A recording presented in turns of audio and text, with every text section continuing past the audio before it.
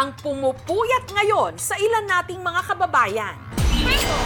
At nagpapagising din sa kanila sa laki raw ng pwedeng mapanalunan. For almost 3 years, 2 million mahigit na po yung naparalan ako siguro. Yung pinangbili ko ng appliances, yung iba pinang-business ko. Isang sugal na ayon sa mga nakapaglaro, nakaka-addict. Naging addiction na po, na hindi ko na siya makontrol. Pero nang dahil sa online casino game na ito, naging kalat daw ang kanilang buhay. Nabenta ko ang kotse ko, ang dalawang motor ko, yung mga alahas ko. Ito ang scatter. Nice! Sa Zamboanga City, nakilala namin ang negosyante at bukonera o palasale sa mga beauty contest na si Cheska. Aminadong na-addict sa scatter na nito lang Enero niya nilaro. Naglaro po kasi dati yung kaibigan ko. Kapital niya lang kasi it's about 5,000 pesos. Then nanalo siya almost 70,000.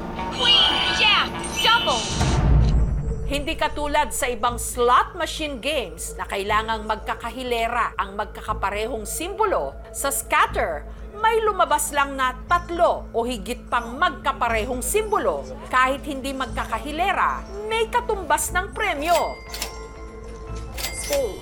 Kung lumabas yung wild cards at nahulog yung 3 coins na naman may naka-indicate na scatter, doon yung malaking panalo. Nainganyo ako. First deposit ko po is 5,000 pesos.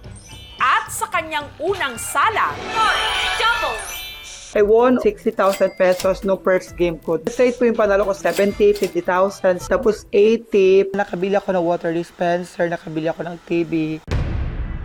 pero hindi raw araw-araw Pasko. Tatalo din ako ng talo. Kaya nilalabanan ko yung ego ko. Deposit ako na deposit. Almost 70,000, 80,000 pa ang yung everyday na kapital ko sa laro. Sobra akong nalulog. Doon na lang umikot ang mundok, nagpupuyat ako. Paminsan hindi ako natutulog almost 2 days. Hanggang nawalan si Cheska ng oras sa kanyang mga racket. Kumikita po ako sa car wash, sa wifi, sa live selling. Bongga po yung makita ko yun. Pero habang yung nag-focus na ako sa laro, wala na po. Ang hindi napansin ni Cheska, palaki na pala ng palaki ang kanyang nawawaldas. Sa sobrang iniisip ko na babawiin ko ang manatalo ko yun, nabenta ko ang kotse ko, ang dalawang motor ko, yung mga alahas ko. Dahil din sa scatter, nasira ang relasyon niya sa Briton niyang fiancé na taga-UK. Sinungaling ako, sasabihin ko pupunta ako sa kanila, pero yung real story wala naman pala kasi lahat ng pera binigay niya sa akin, nasukal ko din. Nangutang at nagbenta para may maipanlaro. Sa wifi, online selling, then yung vendor machine na car wash, yun, nabenta ko lahat. One day, na-realize ko, wala na pala lahat na naipundar ko. 3 months na talaga, naubos yung milyon. Dati-rati, may makita kang mga water dispenser dito at may mga malaking TV and nawala po talaga lahat. May makita kayo madaming bags dito pero ito na lang natira. Dati-rati puno po to ng mga shoes ko na mamahalin. Nawala po sila. Dati grabe. As in, sobrang comfortable ng buhay ko. Ngayon, iniiyak ko ng lahat. Si Cheska kasi, hiniwalayan ng kanyang fiancé. Big opportunity na sana binigay niya sa akin pero yun, tinake for granted ko. Baon na rin siya ngayon sa utang. Nasa 100,000 plus po yung balance ko sa utang. Pag hindi ka nakabayad, dinidetret ka. Hindi na rin daw niya masuportahan ang kanyang mga magulang. So, nagkasakit kami. Alam mo yung wala akong maibigay sa kanila. Yung feel ko parang useless ako na tao. Nagulat ba ako sa mga nangyari sa kanya? Wala talaga akong magawa. I don't want to cry. Kasi sinasabi ko talaga sa kanya na sayang talaga. Mine green pa only 250. Pero si Cheska, pilit ngayon bumabangon. Siguro mag-live selling ako ulit. Sa pamilya ko, I promise na this time, sa inyo na ako focus.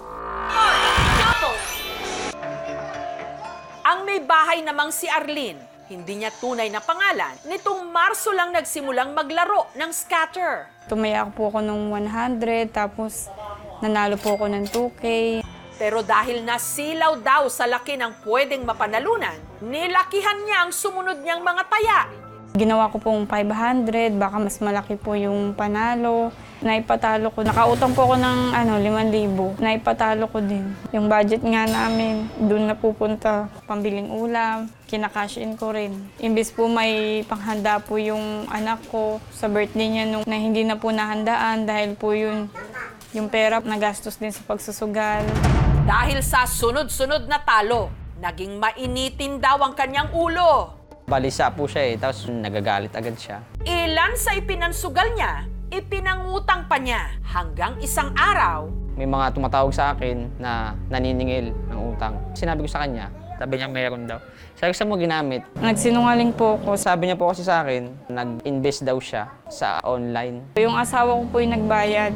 Pero dahil desperado raw siyang mabawi ang mga naipatalo sa scatter, Nagsabi po ko sa asawa ko na hingi sana ako ng yung puhunan po, magtitinda-tinda. Binigyan niya po ako ng pera na 20K. Ano yan? pero ang mga kasinungalingan ni Arlene, nabuko ni Mister. Nagalit po ako. Ayoko siya makita. Hindi ko siya kinakausap. Hiwalayan ko na sana. Ang hirap kumita ng pera Tapos susugal na lang. Alang-alang sa kanilang anak na naig pa rin kay Jerry. Hindi niya tunay na pangalan ang pagpapatawad. Na-realize ko rin, sir, baka magbago siya. Tsaka mahal ko rin po talaga Pero si Arlene, hindi pa rin tumigil. Sunod na nangutang sa kanilang mga kamag-anak para meron pa rin siyang maipang-scatter. Isip ko pag nanalo po, kung makakatulong ako sa gastusin. At sa pagkakataong ito, ang kanyang naipatalo, 70,000 po. Galit na galit po ako sa kanya Hindi mo pwedeng galawin yung pera ng bata yan Sinagad ko na lang po yung savings namin na natitira para pambayad dun sa mga inutangan niya ulit. Sarili ko na lang iniisip ko, hindi ko na sila inisip. Parang naging addiction na po, na hindi ko na siya makontrol. Ako nga, hindi nagsusugal Sabi ko sa kanya, tapos ikaw nasa bahay ka lang, susugal ka. Hindi mo nakikita yung sakripisyo ko. Kahit na day off ko, pumapasok ako para malaking sahod namin Tapos isusugal mo lang. Hindi ko naman pinangarap talaga na mag-aasawa ng nagsusugal. Pinagsisigan ko po yung nagsinungaling ako, nasayang yung pera, ang hirap-hirap kitain. Yung sinugal ko lang. Nagsorry po siya. Sabi niya, hindi niya na uulitin ulit. Magbabago na daw siya. mapapatawad pa kaya ni Jerry ang misis niyang addict sa scatter? Pag inulit mo pa talaga, ihiwalay na kita, hindi na kita babalikan. Kahit may mga anak tayo. Meron kasing tinatawag na gambler's fallacy, wherein na kapag nagpusta ka, sabihin natin talo ka sa pusta, iniisip mo na, ay, dahil natalo na ako, susunod na pusta ko, mananalo na ako. So, pupusta ka uli. Sasabihin, biglang natalo uli. So, gagawin mo ulit, una sa lahat, kailangan silang ilayo dun sa mga kung saan sila addict. So, kapag hindi mo kayang kontrolin na ang pagpupusta, kung hindi makuha sa simpleng counseling, usually therapy talaga sila. Ilalagay sila sa isang rehab center para maagapan yung kanilang addiction. Para mabayaran ang mga utang, nagtatrabaho ngayon si Arlene bilang service crew. Nagbabago naman po siya. Hindi na siya madaling nagagalit. Bumabawi-bawi na po kami. Nagpapasalamat ako sa kanya kasi kahit ganito, hindi na po ako iniwan agad. Hindi po niya ako sinukuan. Definitely, walang nananalo at yumayaman sa pagsusugal. Kasi una, pag nanalo ka sa sugal, gugustuhin mo ulit sumugal. Easy money na tinatawag. Pangalawa, kapag natalo ka naman, gugustuhin mong bumawi at gagawin mo ang lahat ng paraan para manalo ulit. Mag-invest sa mga mature na paraan. Kung meron namang sapat na pera, maaari na lamang mag-save at magtabi dun sa mga bagay na importante. Pero meron din kaming ibang nakapanayam na naglalaro ng online game na ito na nakontrol naman daw ang kanilang sarili sa paglalaro. Wala namang masama, basta bibigyan mo ng kontrol sa sarili mo. Tapos kapag malas, tigil na. Meron akong goal kada araw. Kapag, kunwari, talo ako ng 500, out na ako nun. Kasi hindi natatapos sa sugal Yung mga diskarte ko, pag nanalo na ako, kinakash out ko na agad. Yung extra pera mo lang yung pangsusugal mo dapat. Ang online game platform na pinaglalaruan nila Cheska at Arlene nakikita sa official website ng PAGCOR. Ibig sabihin, sila'y lisensyado. Nag-email ang aming team sa namamahala, nagpo-promote ng online game na ito para hinga ng kanilang komento sa mga kaso ni na Cheska at Arlene, pero hindi sila sumagot sa aming mensahe. Pero sa aming pananaliksik, maraming sites kung saan pwedeng maglaro nito. Sinubukan naming hinga ng pahayagang PAGCOR tungkol sa mga kaso ng pagka-addict sa online game na ito. Pero hindi muna sila nagpaunlak ng panayam dahil abala pa raw sila sa kanilang relief operations dahil sa bagyong Karina at ng Habagat. Huwag nyo na pong subukan kasi madasira lang ang buhay nyo. Wala pong yumayaman sa sugal. Sa mga kagaya ko pong mga nanay po, itigil na lang po kasi nakakasira lang po ng pamilya. Maski anong sugal, pwedeng maging bisyo.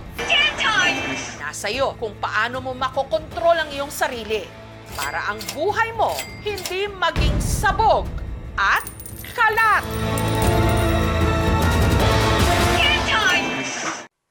Thank you for watching, mga kapuso. Kung nagustuhan niyo po ang videong ito, subscribe na sa GMA Public Affairs YouTube channel. And don't forget to hit the bell button for our latest updates.